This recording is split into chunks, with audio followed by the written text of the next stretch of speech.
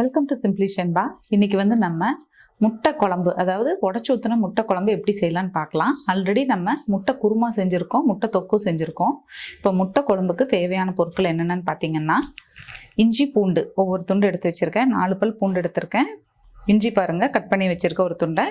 அப்புறம் கொஞ்சம் கருவேப்பிலை, பட்டை கிராம்பு கொஞ்சம், கசகசா ஒரு டீஸ்பூன் அளவு, வரமிளகாய் 4 எடுத்திருக்கேன், கொத்தமல்லி கொஞ்சம் ஒரு ஸ்பூன், பெரிய ஸ்பூன் அளவு எடுத்திருக்கேன், சீரகம், சோம்பு, தேங்காய், அப்புறம் 4 தக்காளி நான் சின்ன சைஸில் கழுவி வச்சுருக்கேன்,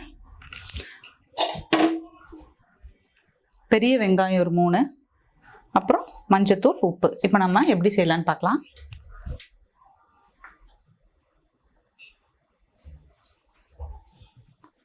அடுப்பில் ஒரு கடாய் வச்சு கடலெண்ணெய் ஊற்றிருக்கேன். எண்ணெய் சூடாகட்டும். சூடானதும் நம்ம கழுவி வச்சுருக்கிற இந்த தக்காளியை அதில் போட்டு வேக வச்சுக்கலாம். ஃபஸ்ட்டே வந்து கழுவி வச்சுட்டோன்னா வந்து அதில் அந்த தண்ணி எல்லாம் இருக்கும், நமக்கு தெரிக்காது. அதனால தான் கழுவிட்டு நல்லா காய வச்சு வச்சுக்கோங்க.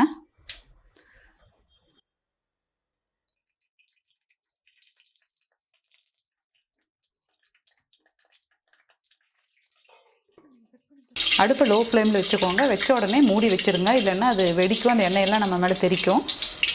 பாருங்கள், இப்போ தக்காளியை நம்ம சுட்டு எடுத்தாச்சு. 2 பக்கமும் எல்லாம் திருப்பி போட்டிருக்கோம். இப்போ இதை வந்து நம்ம வேறு ஒரு பிளேட்டுக்கு மாற்றிக்கலாம்.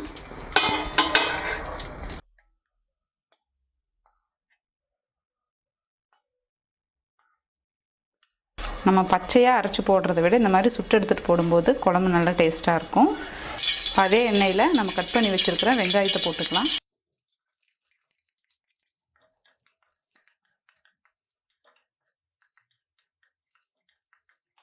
இப்போ அந்த வெங்காயத்து கூடவே வந்து கட் பண்ணி வச்சுருக்கிற இஞ்சி பூண்டையும் ஆட் பண்ணிக்கலாம்.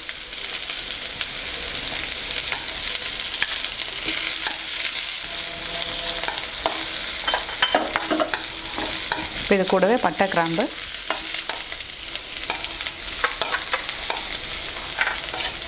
வரமிளகா 4,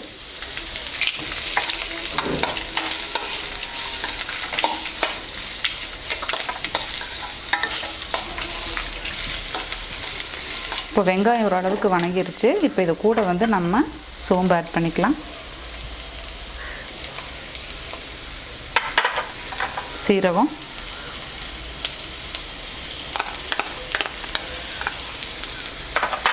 கசகசா,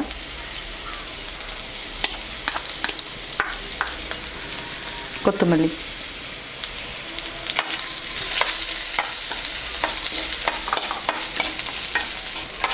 இதெல்லாம் வெங்காயம் போட்டதுக்கப்புறம் ஆட் பண்ணால் போதும். ஃபஸ்ட்டே போட்டால் கரிஞ்ச மாதிரி ஆகிடும்.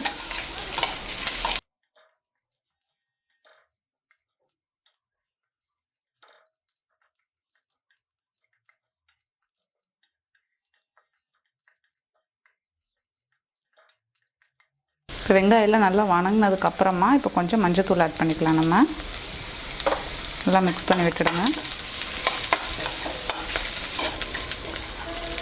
இப்போ எல்லாமே வணக்கியாச்சு. அடுப்பை ஆஃப் பண்ணிவிட்டு நம்ம துருவி வச்சுருக்கிற தேங்காய், ஒரு அரை மூடி தேங்காய் எடுத்துருக்கேன், அதை அதில் கூட மிக்ஸ் பண்ணிக்கலாம்.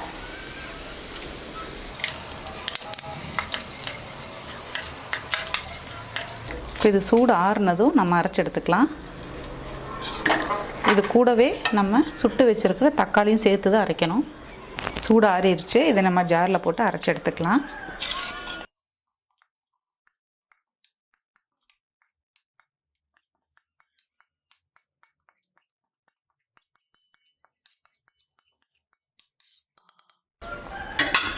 இது பார்த்திங்கன்னா லைட்டாக ஒரு சுற்றிட்டு அதுக்கப்புறம் இது கூட நம்ம தக்காளி ஆட் பண்ணிக்கலாம்.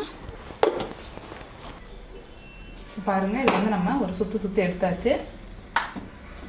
இது கூட வந்து தக்காளி ஆட் பண்ணிட்டு தேவையான அளவு தண்ணியும் ஊற்றி நல்லா நைஸாக அரைச்சி எடுத்துக்கலாம். பாருங்கள், நல்லா நைஸாக நம்ம இப்போ அரைச்சி எடுத்தாச்சு. இப்போ அடுப்பில் வந்து ஒரு மண் சட்டி வச்சுருக்கேன். சூடாகட்டும். கொஞ்சம் எண்ணெய் ஊற்றிக்கலாம். எண்ணெய் ஆட் பண்ணிக்கலாம் கொஞ்சமாக. எண்ணெய் சூடாகிடுச்சு. கொஞ்சம் கடுகு ஆட் பண்ணிக்கலாம்.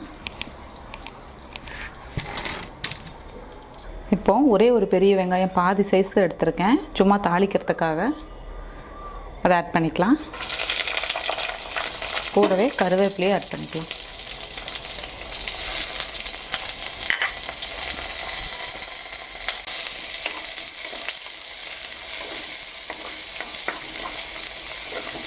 நல்லா வணக்கிக்கலாம், வெங்காயத்தோட கலர் சேஞ்ச் ஆகிற வரைக்கும். அதுக்கப்புறம் நம்ம அரைச்சி வச்சுருக்கிற மசாலாவை இதில் ஆட் பண்ணிக்கலாம்.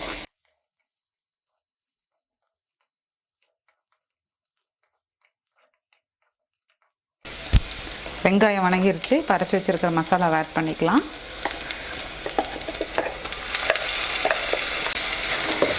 தண்ணி ஊற்றிக்கலாம். உங்களுக்கு தெரியும் இல்லையா எவ்வளோ தண்ணி ஊற்றணுன்னு. சில பேருக்கு கட்டியாக இருந்தால் பிடிக்கும், சில பேருக்கு ரொம்ப தண்ணியாக இருந்தால் பிடிக்கும். உங்களுக்கு ஏற்ற மாதிரி ஊற்றிக்கோங்க.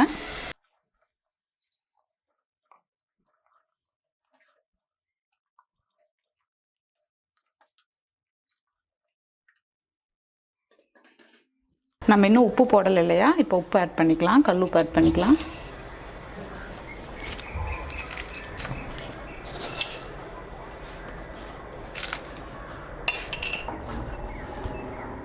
இப்போ இதில் வந்து நான் கொஞ்சம் குழம்புத்தூள் போடுறேங்க. இப்படி குழம்புத்தூள் தேவை இல்லைங்கிறவங்க வரமிளகாயே வந்து நான் 4 போட்டிருக்கேன். நீங்கள் காரத்துக்கு ஏற்ற மாதிரி இன்னும் கொஞ்சம் ஜாஸ்தியாக ஆட் பண்ணிக்கலாம். இப்போ நான் வந்து 1 ஸ்பூன் குழம்புத்தூள் போடுறேன்.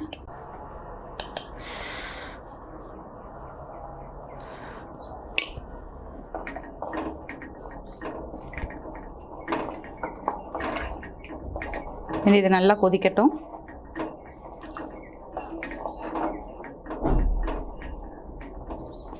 இது நல்லா கொதிக்கட்டும். அதுக்கப்புறம் நம்ம இதில் முட்டையை ஆட் பண்ணிக்கலாம்.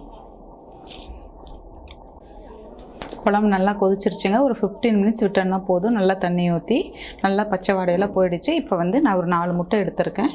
இப்போ அதை வந்து அதில் உடச்சி ஊற்றிக்கலாம்.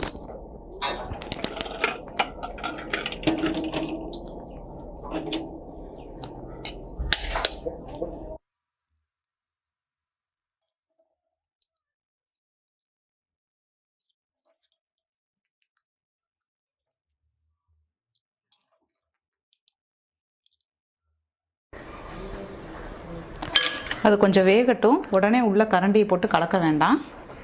ஒரு 2 நிமிஷம் நம்ம மூடி வச்சிடலாம். நம்ம 2 நிமிஷம் மூடி வச்சுருந்தோம் இல்லையா, 2 நிமிஷம் ஆயிடுச்சு. இப்போ ஓப்பன் பண்ணி பார்ப்போம்.